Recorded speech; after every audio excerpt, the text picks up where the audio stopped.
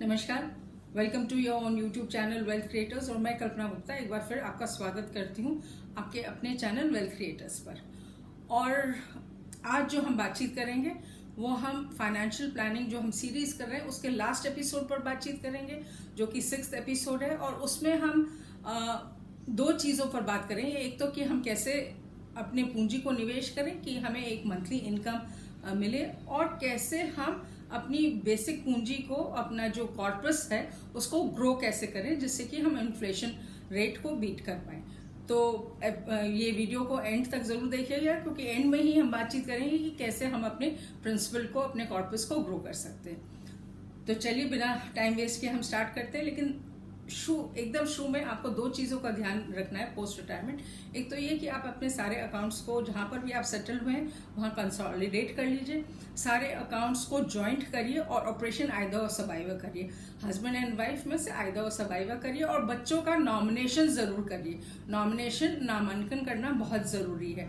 और जो आप सिंगल हैं तो आप अपना सिंगल ऑपरेशन करिए और बच्चों का नॉमिनेशन करिए। ये इसलिए क्योंकि आपको पोस्ट रिटायरमेंट एक लंबी पीरियड के लिए अपना फाइनेंशियल इंडिपेंडेंस चाहिए, 20 से 25 साल तक। और पैसा हालांकि सब कुछ नहीं होता, लेकिन बहुत कुछ होता है। एक डिग्निफाइड लाइफ जीने के लिए, एक सम्मान पूर्वक जीवन जीने के लिए ज़रूरी है कि आपके हाथ में पैसा हो। तो अपना पैसा आप अपने नाम से रखिए और एक खुशहाल जीवन बिताइए।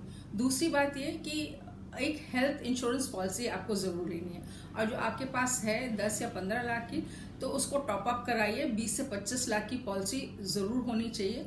और बहुत सारी कंपनीज हैं, आप अब फ्री हो गए, आप देखिए कि कौन कंपनी कितना दे रहा है। ये ज़रूर आपको 2-3 चीज़ें ज़रूर देखनी है कि एक तो क्लेम सेटलमेंट रेशो उसका अच्छा होना चाहिए।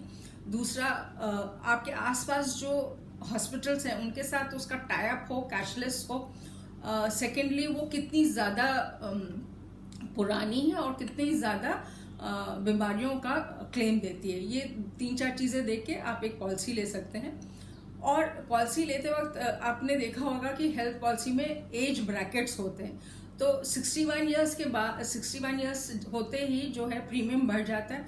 तो कोशिश करिए कि 61 की उम्र पहुंचने से पहले ही आप टॉप अप ले लें। और इसमें डिस्काउंट्स भी मिलते हैं। जैसे मैंने 3 साल का प्रीमियम एक साथ दिया तो मुझे 10% डिस्काउंट मिला। हो सकता है और कंपनीज इससे ज़्यादा देती हों, तो आप ये भी डिस्काउंट भी चेकआउट करिए।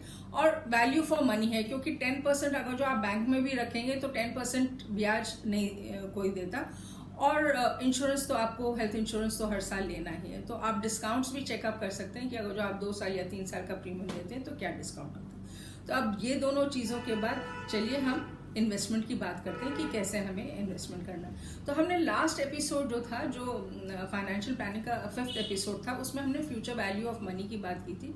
और उसमें हमने कहा था कि आपका सारा कॉर्पस जो है वो करीब 75 लाख है, सब चीज़ मिला के, आपकी सेविंग भी और आपके रिटायरमेंट भी मिला के भी। तो उसी फिगर को लेके हम चलेंगे आगे कि कैसे हम इन्वेस्ट करें। तो आप स्क्रीन में देख रहे होंगे कि सबसे पहले आपको 15 लाख जो है वो प्रधानमंत्री व्यय बंधन योजना में इन्वेस्ट करना है। ये 7.4% पर ब्याज का दर है, और इसको, ये आपको मंथली मिलता है। ये 10 ईयर्स की स्कीम है। स्कीम का डिटेल वीडियो मैंने बनाया हुआ है, आप उसको चेक कर सकते हैं। और इस वीडियो के एंड में लास्ट स्लाइड में ना एक WC का लोगो आता है, एम्बलम आता है बीच में। अगर जो उसको डबल क्लिक करेंगे तो आपको मेरे सारे वीडियोस दिख जाएंगे। तो उसमें ये प्रधानमंत्री व्यय बंधन योजना का भी वीडियो है, वो आप चेक कर लीजिए। अभी हम जो भी इन्वेस्टमेंट करेंगे उसको हम, भले ही हमें क्वार्टरली ब्याज मिल रहा हो, लेकिन कैलकुलेशन की वजह से हम उसको मंथली में डिवाइड कर लेंगे कि मंथली हमें कितना मिलेगा, और उस हिसाब से हम मंथली इनकम देखेंगे। तो 15 लाख हमने प्रधानमंत्री व्यय बंधन योजना में कर लिया। 15 लाख हम सीनियर सिटीजन सेविंग स्कीम में इन्वेस्ट करेंगे। इसमें भी ब्याज का दर 7.40% है, लेकिन ये 5 साल की स्कीम है और क्वार्टरली ब्याज मिलता है। तो इसमें हम है 9,250 इसमें भी मिल जाएगा। फिर 10-10 लाख हम स्टेट गवर्नमेंट गारंटीड बॉन्ड्स में इन्वेस्ट करेंगे। बहुत सारे बॉन्ड्स हैं मार्केट में, सेकेंडरी मार्केट में, तमिलनाडु गवर्नमेंट के, केरला गवर्नमेंट के, यूपी गवर्नमेंट के, राजस्थान के, मेघालय के। तो मैं प्रिफर करती हूँ, क्योंकि ये स्टेट गवर्नमेंट गारंटीड बॉन्ड्स हैं, तो सेफ्टी सिक्योरिटी की वजह से आई वुड प्रिफर कि इसमें इन्वेस्ट करें। बहुत सारे लोग परपेचुअल बॉन्ड्स में भी इन्वेस्ट करते हैं, बैंक्स के भी परपेचुअल बॉन्ड्स हैं, वो भी सेफ है, पब्लिक सेक्टर बैंक्स में आप इन्वेस्ट कर सकते हैं, बट आई प्रिफर दिस। उसमें भी इंटरेस्ट रेट अच्छा मिलता है। इसमें हमने ये लिया है, आपकी चॉइस है, आप उसमें भी कर सकते हैं। तो इसमें हमें 10.15, एक्चुअली इंटरेस्ट रेट तो वैरी करता है, कूपन रेट वैरी करता है फ्रॉम 9.50, 9.75 और 11% से ज़्यादा भी मेघालय गवर्नमेंट 11.30 भी है इंटरेस्ट रेट, केरला का 10.70 भी है। तो हमने एवरेज एक 10.15% इंटरेस्ट लिया है फॉर कैलकुलेशन पर्पसेस। तो हमने ये मान लिया कि आपने 10 लाख 10% पर इन्वेस्ट किया है। इसमें भी ब्याज आपको क्वार्टरली मिलता है, लेकिन हमने इसका मंथली ब्याज निकाल लिया 8,400 फॉर वन बॉन्ड, तो 8,400 एंड 8,400, तो ये कुल मिला के हमें में 35,300 मिल गया। So this is about 50 lakh हमने इन्वेस्ट कर दिया और हमारी इनकम हो गई 35,300। लेकिन ये करने से पहले एक चीज़ मैं भूल गई, हमने फर्स्ट एपिसोड में बात की थी एक इमरजेंसी फंड की, कि आपके पास हमेशा 6 महीने का जो आपका खर्चा है वो आपके पास होना चाहिए फॉर एनी इमरजेंसी। तो जो हमारा 75 लाख है उसमें से 3 लाख हम निकाल के बैंक में जमा कर देंगे। आप 1-1 लाख की FDRs बना दें और मैक्सिमम इंटरेस्ट रेट पर उसको इन्वेस्ट कर दें। उसका ब्याज हम अकाउंट फॉर नहीं करेंगे, वो ब्याज उसी में री इन्वेस्ट होता रहे। 1-1 लाख की इसलिए कि अगर जो कभी आपको ज़रूरत हो, तो ज़रूरी नहीं है आपको पूरे 3 लाख की ज़रूरत हो सकता है आपको 1 लाख की ज़रूरत हो, तो खाली 1 लाख की हम FDR तोड़वाएंगे। बट वो जो भी मैक्सिमम इंटरेस्ट रेट आपको मिल रहा है उस बैंक में, उसमें आप ये सीनियर सिटीजन बन के और उसमें इन्वेस्ट कर दीजिए। सो अभी हमने इन्वेस्ट कर लिया अपना 53 लाख, हमारा इन्वेस्टमेंट हो गया। अब बाकी हम क्या करेंगे, देखिए हमें क्या चाहिए, हमें बेस्ट इंटरेस्ट रेट चाहिए और हमें सेफ्टी एंड सिक्योरिटी चाहिए। तो अभी आप स्क्रीन पर देख रहे होंगे मैंने बहुत सारे नहीं, 4 स्मॉल बैंक्स के इंटरेस्ट रेट्स और पीरियड रखा है। तो जो भी आपके पास में ये स्मॉल फाइनेंस बैंक है वो आप चूज कर लें और उसमें 5-5 लाख की 2 FDR बना लें, एक अपने नाम से एक अपने स्पाउस के नाम से। 5 लाख की इसलिए, हालांकि ये दे आर सेफ क्योंकि ये RBI मॉनिटरिंग में आते हैं, लेकिन फिर भी DICGC की गारंटी है up to an amount of 5 lakh. तो 5 लाख आप इसमें कर लें और 8% इंटरेस्ट मिल रहा है फिलहाल 1 अक्टूबर से। तो इसमें 3,300 आपको इंटरेस्ट रेट मिल जाएगा, तो टोटल 6,600 हो गया। तो अब हमारा टोटल इन्वेस्टमेंट 63 लाख हो गया और हमारी टोटल इनकम हो गई 41,900।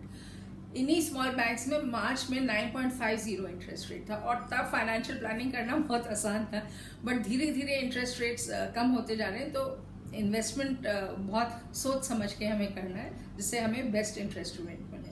अब हमने 63 लाख इन्वेस्ट कर लिया।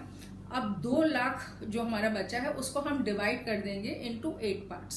25-25 हज़ार के हम 8 पार्ट्स करेंगे, 8 भाग में करेंगे और उसको हम इन्वेस्ट कर सकते हैं कॉर्पोरेट डिपॉजिट्स में, म्यूचुअल फंड्स में, गोल्ड ETF में या सॉवरेन गोल्ड बॉन्ड में। अगर जो आपको बहुत ज़रूरत नहीं है पैसे की तो आप सॉवरेन गोल्ड बॉन्ड में भी इन्वेस्ट कर सकते हैं, वो 8 साल का इन्वेस्टमेंट होएगा आपका, बट ये आप कर सकते हैं। तो मिक्स एंड मैच जैसा आपकी फाइनेंशियल लिक्विडिटी हो, जैसे आपकी ज़रूरत हो, क्योंकि आपने 42,000 तो आपको मिल गया अपनी मंथली इनकम करीब करीब, तो डिपेंडिंग कि आपकी फाइनेंशियल पोजीशन क्या है आप उस हिसाब से इन्वेस्ट कर सकते हैं। तो कॉर्पोरेट डिपॉजिट में आप इन्वेस्ट करेंगे तो 9 से 9.5% हो सकता है, 10% भी इंटरेस्ट मिले, लेकिन आप अच्छे कॉर्पोरेट्स देख सकते हैं और बहुत घबराने की ज़रूरत नहीं। हाँ डिफ़ॉल्ट्स में, बट सब लोग डिफ़ॉल्ट नहीं करते, बहुत अच्छे कॉर्पोरेट्स भी हैं, वो आप चेक करके उसमें इन्वेस्ट कर सकते हैं। तो आप क्योंकि पोर्टफोलियो डाइवर्सिफाइड होना चाहिए, तो 25-25 हज़ार आप उसमें कर सकते हैं या एक ही में कर लें। म्यूचुअल फंड्स में आप कर सकते हैं। म्यूचुअल फंड्स में एवरेज रिटर्न तो अगर जो अच्छा म्यूचुअल फंड लिया तो 5 साल में तो 13-14% मिल सकता है, लेकिन हम 10 से 12% लेके चलते हैं। कैलकुलेशन पर्पसेस के लिए हमने बहुत कंजर्वेटिव लिया है कि हमें 9% रिटर्न 2 लाख पे मिल रहा है, तो हमें करीब 1500 2 लाख पे 1500 का हमने मंथली इनकम लिया कि हमें 1500 का होएगा। तो अगर जो हम ये देखते हैं कि हमारा टोटल इन्वेस्टमेंट अब 65 लाख हो गया और हमारा मंथली इनकम 43,400 हो गया। तो और 3 लाख जो हमने इन्वेस्ट किया था एज एन इमरजेंसी फंड, उस पर हमने कोई इनकम नहीं लिया, वो उसमें री इन्वेस्ट होती है. But this is about 65 lakhs and we have got an income of 43,400, जो मुझे लगता है एक मध्यम वर्ग परिवार के लिए, मिडिल क्लास फैमिली के लिए, अगर जो उनके पास अपना मकान हो और उनकी रिस्पॉन्सिबिलिटीज खत्म हो जाए, तो इट इज़ सफिशेंट, काफ़ी है एक अच्छा जीवन जीने के लिए. लेकिन 5 साल बाद क्या होगा, और हमारी पूंजी तो ग्रो हुई नहीं, और 10 लाख का क्या होएगा. तो ये बताने के लिए कि पूंजी कैसे ग्रो करेंगे और 10 लाख का क्या होगा, उससे पहले उसको जानने के लिए पहले मैं आपको कुछ दिखाऊंगी. अब ये देखिए, ये 2 स्लाइड्स, और इनको ध्यान से देखिएगा. ये बेसिकली बाय एंड लार्ज मेरे ही पोर्टफोलियो में से कुछ पोर्शन है, और ये मैंने लिया है. इसमें मैंने 5 कॉलम्स बनाए. एक तो कंपनी का नेम है, एक प्राइस है, क्योंकि हम 5 साल की प्लानिंग कर रहे हैं, तो मैंने प्राइस एज ऑन 1 जनवरी 2016 का लिया है, और फिर प्राइस एज ऑन 30/9/2020 का लिया है, मतलब अभी 30 सितंबर का लिया है. और फिर 52 वीक का जो पीक प्राइस था, एक साल में जो पीक प्राइस था उस कंपनी का, वो लिया. और वेदर इन 5 साल में उस कंपनी ने कोई बोनस शेयर दिया है कि नहीं, वो लिया है. तो चलिए देखते हैं इसको. तो जो फर्स्ट, जैसे आप देख रहे होंगे, फर्स्ट जो आप सब लोग परिचित होंगे इन कंपनीज के नाम से, जैसे इन्फोसिस है, इसका 1 जनवरी को प्राइस था 552, 30 सितंबर को 1008, 52 वीक का था, पीक प्राइस था 1037, और इसने 2018 में बोनस दिया 1:1 का.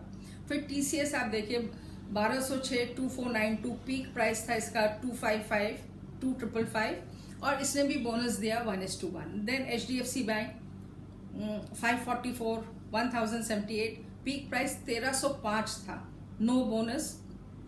SBI 281, price as on 30/9 was 185, ये कम हो गया है, और पीक प्राइस इसका 352 था. लेकिन पब्लिक सेक्टर में SBI is a brand name, तो हम अच्छी कंपनीज के बारे में ही बात कर रहे हैं. जरूरी नहीं कि सारी ही कंपनीज आपको रिटर्न देंगी, कुछ कंपनीज देंगी, कुछ कंपनीज नहीं देंगी, लेकिन पोर्टफोलियो मिक्स एंड मैच होना चाहिए.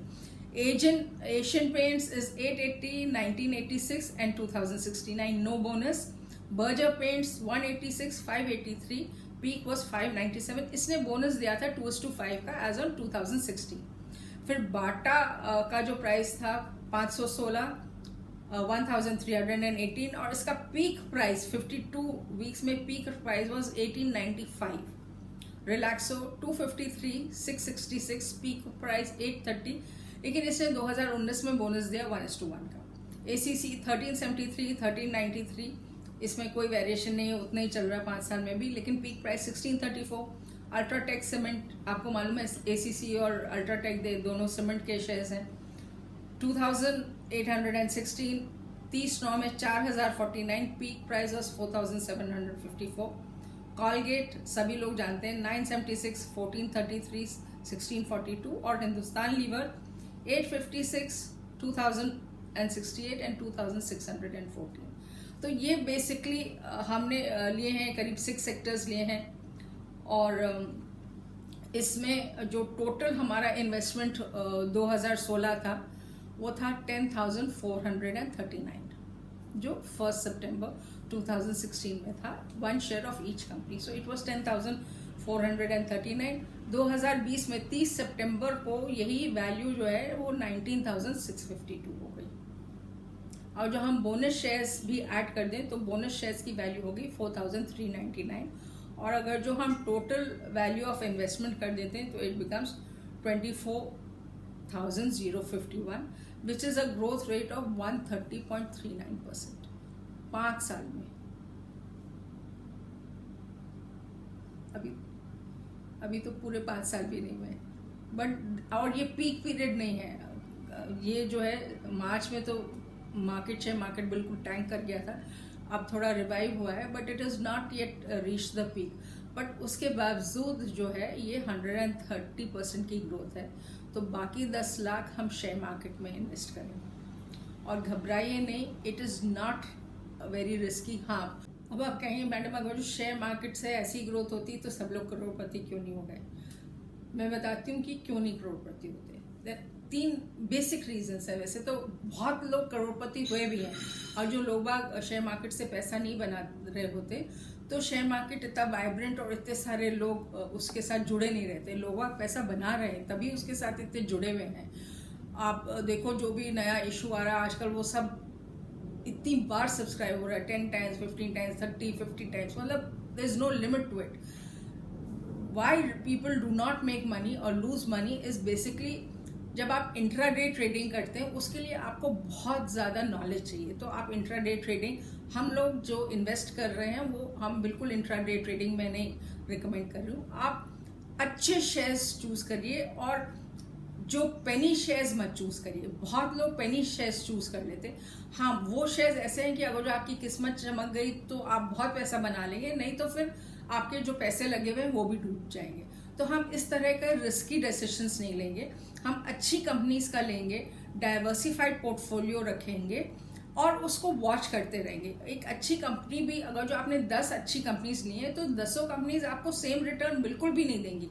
कुछ कंपनीज आपको बहुत अच्छा रिटर्न देंगी, कुछ एवरेज देंगी, कुछ नहीं देंगी, क्योंकि बहुत सारे रीजंस होते हैं। मार्केट बहुत डायनेमिक है, बहुत सारे रीजंस होते हैं कि उस कंपनी ने क्यों नहीं परफॉर्म किया। आज आईटी कंपनीज बहुत अच्छा दे रही हैं, लेकिन हो सकता है कि कल को कुछ ऐसा इंसिडेंट आ जाए, ऐसी टेक्नोलॉजी आ जाए कि it takes time for them to change over, या नहीं चेंज कर पाती है। तो शायद आज जो कंपनीज आपको बहुत अच्छा पैसा दे रही हैं, कल को वो नहीं देंगी।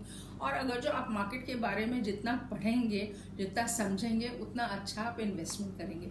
सुनी सुनाई बातों सुन के नहीं इन्वेस्ट करें। आप पढ़ लिख के, आपको कोई रिकमेंड भी करता है, लेकिन आपको खुद सोच समझ के इन्वेस्ट करना है। अच्छे शेयर्स में, अच्छे जिनकी पेडिग्री अच्छी हो, जो अच्छी ग्रुप की कंपनीज हों, उनमें इन्वेस्ट करें। लॉन्ग टर्म के लिए 4 से 5 साल के लिए इन्वेस्ट करें। So there is no reason, अगर जो आप ये करते हैं, कि आप पैसा नहीं बनाएं। 150%, 200% पैसा बनाना बहुत मुश्किल नहीं है। ये जो मैंने आपको पोर्टफोलियो दिया, this is a part of my investments only.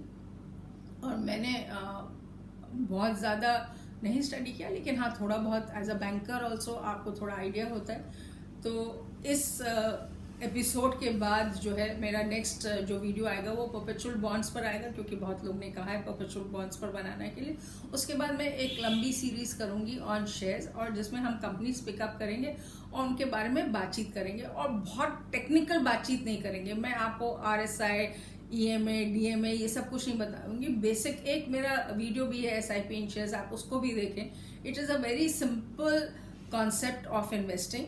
हम खाली 8 या 9 पैरामीटर्स पे बात करेंगे, और फाइनल आपको जब भी कोई आपको कुछ रिकमेंड करे, आपको ये चीज़ समझ लेनी है कि रिकमेंडेशंस के बाद आपको अपनी स्टडी करनी है। हर आदमी का रिस्क परसेप्शन डिफरेंट होता है, अंडरस्टैंडिंग डिफरेंट होती है। तो बिना सोचे समझे आप नहीं इन्वेस्ट करें।